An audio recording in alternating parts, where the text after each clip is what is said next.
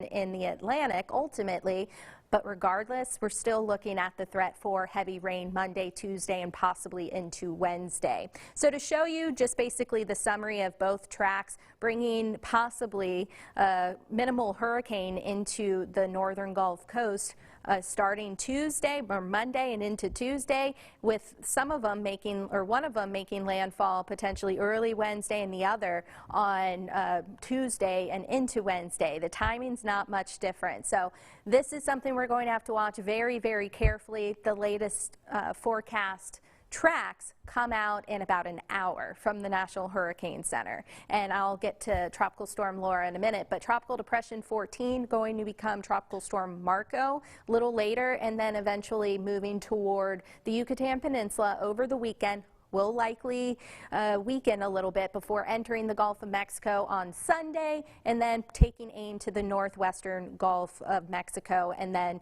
so basically from near Corpus Christi all the way to Chauvin, Louisiana, within this cone of uncertainty. Don't focus on the center of the cone. Of course, the center of the cone brings it near Houston, but overall this will likely change. The forecast cone will get smaller in the coming days, of course, but again, within that cone we could see some shifts because the model guidance brings it basically near the Texas and Louisiana state line.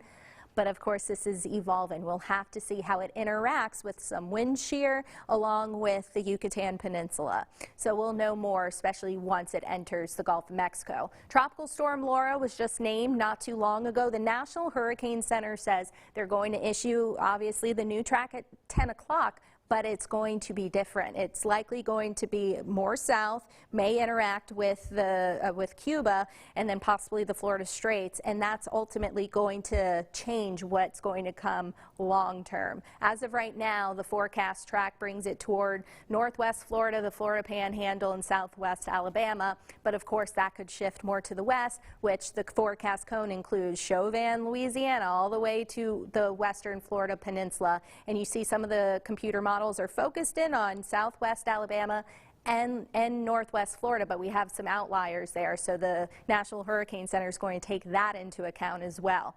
So the bottom line pretty much is it's looking more likely that we're going to have two storms threaten the Gulf Coast. Texas to Florida will need to monitor both. Here, impacts are going to be possible. Just the magnitude and the locations of said impacts are to be determined. We'll know more, but plan on heavy rain and likely some stronger winds possibly Monday and into Tuesday and even into Wednesday. Again, expect more changes to the track and intensity. So take this weekend, this weekend, to refill your emergency supplies, water, batteries, masks, all that, and then plan for a category higher. I always stress that because, again, the forecast intensity and then the path is going to change in the coming days as forecast confidence becomes a little greater.